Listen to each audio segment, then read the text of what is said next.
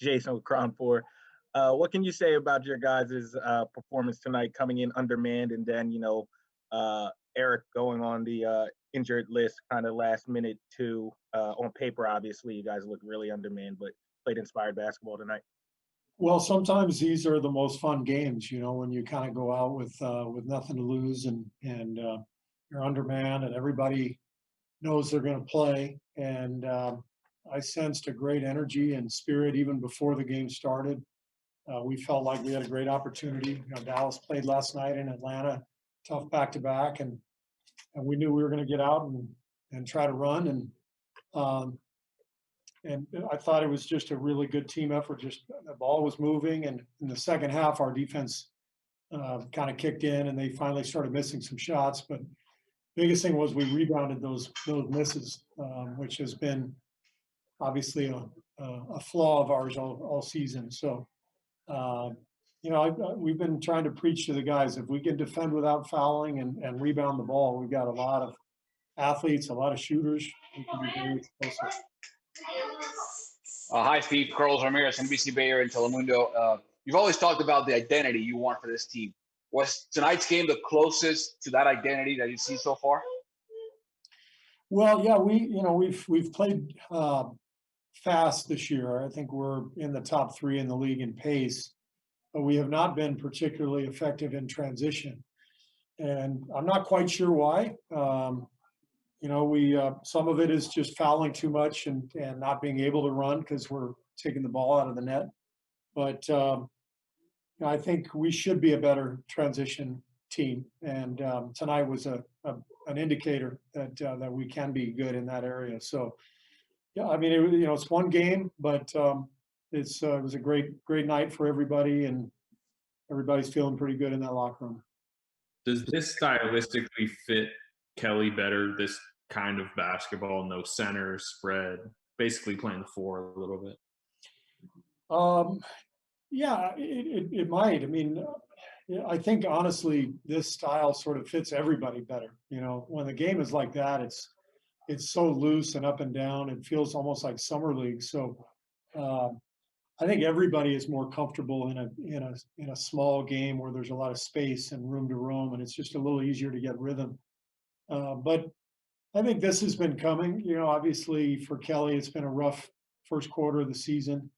And yet within that span, he's had some excellent games for us. He's played very well at times. He's just had some really poor shooting nights during that span that people have locked in on. But Kelly's getting more comfortable. Guys in the locker room love him and want to help him continue to get comfortable. And this was obviously a great night for him and for the whole group. What was it like defending in a game like this? The teams went into the locker room with a combined 150 points scored. What kind of defensive emphasis did you put on coming out in the third quarter? Because you guys held the Mavs to 20 points there, and that's where you really established your lead and control of this game. Yeah, we talked about just trying to get 3 stops in a row at some point early in the half, just to try to get a little traction defensively. They were making everything in the first half, but some of that was our own doing. We weren't aggressive enough, especially on our switches, and they were shooting with ease and a lot of freedom. I thought in the second half we got more aggressive and forced some misses, and they might have been tired too from the back-to-back. But as I mentioned earlier, the important thing was that when we did force misses, we had 5 guys fighting for rebounds. And I don't know what the rebounding total was in the second half, but we must have won it by, I think, 7 or 8 boards. And that allowed us to really get out and attack before they could set up their defense. Steve, why do you think Draymond was able to have so much success setting everybody else up the way he did tonight? He's been doing it now, I think for the last couple of weeks, Nick. He's feeling better. He's feeling in better shape. We've made more of an emphasis the last few games. The way people are playing Steph this year and just attacking him on the dribble. It's very important that we get Draymond as a handler because he's so potent as at point forward, and Steph obviously is so potent off the ball. So I just think Draymond is finding his rhythm. This has always been his strong suit as an offensive player. Being a point forward, pushing the ball, generating tempo and pace, and he did all that tonight. Do you think that Draymond is at a point conditioning wise to do that every night now? I think so. I mean, obviously every game's going to be different. This was a really fast-paced game, and the games aren't always going to be like this. But if you look at the last few games, he's really been pushing the ball and creating energy for us. And I think the last two games were the first ones that he's played the whole first quarter, if I'm not mistaken. And so, his conditioning is definitely better, and I think that is lending to his strong play. Hey, Steve, I know you said that Kelly hasn't had the best first quarter of the season, but has there been something in practice or a game that made you think, oh yeah, he's one of us. He's going to fit in here as a Warrior. This is going to work. Yeah, I think there have been a few games, Rachel, where he's just looked more comfortable and he shot the ball well, and I think that the biggest thing the last maybe 2 weeks or so, he seems a little more comfortable playing our style. We're very different than most teams because of Steph Curry and his off-ball gravity, and the fact that Draymond is our leading assist guy as our power forward, or tonight our center.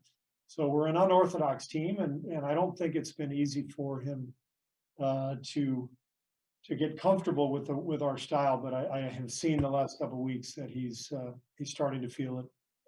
What do you Steve, think? how many hands do you need to count the number of plays you called tonight? And two, what did you think of Juan? Yeah, I mean, I think I only called plays in timeouts. During the pace of the game, we were just going. I felt like Nelly. It was like the Run TMC days all over again. I mean, I just needed my fish tie. But he would have been proud of this game. I mean, small across the board. Playmaking bigs with Juan and Draymond. It's very disruptive to a defense to have your 4 and your 5 men handling the ball so much and playing that playmaking role. It really changes the look that we're all used to seeing in the NBA. It was one of Nelly's qualities was just his genius in understanding that when you throw a completely different look at a team, it's hard to guard. Because in the NBA, most teams kind of play the same way. We all copy each other, and we run stuff that other teams are running, and vice versa. And you sort of get used to guarding certain actions, and you get a game like tonight where everything's jumbled and nobody has a position, and the 4 and the 5 men are handling the ball all the time. It creates a lot of confusion. And Juan, just in Juan's general? fantastic. I mean, I have known what Juan could do since last year. I'm a huge fan. I just love his innate feel for the game, his toughness, his competitiveness, his energy, his joy. The guys on the team love Juan. The respect that he has. There aren't a lot of two-way players in the league who have the kind of respect that Juan has in our locker room, both on and off the floor. He's just a really high character human being who has passion for life and works his butt off and deserves every bit of success that he gets. What do you think you can learn from this stretch of games that you can implement when you do have James back, Looney back, your centers, and it's more traditional? Well, I think we're getting a look at some different lineups, Anthony. That has to be a factor, I think, for us. Just looking at different combinations and that sort of thing. And then, you sort of naturally fall into actions and when you play a different lineup and a different group, sometimes you'll see something on film and you realize, we got to make that a staple offensively. So, those types of things you can latch onto and turn into a more consistent part of what you do.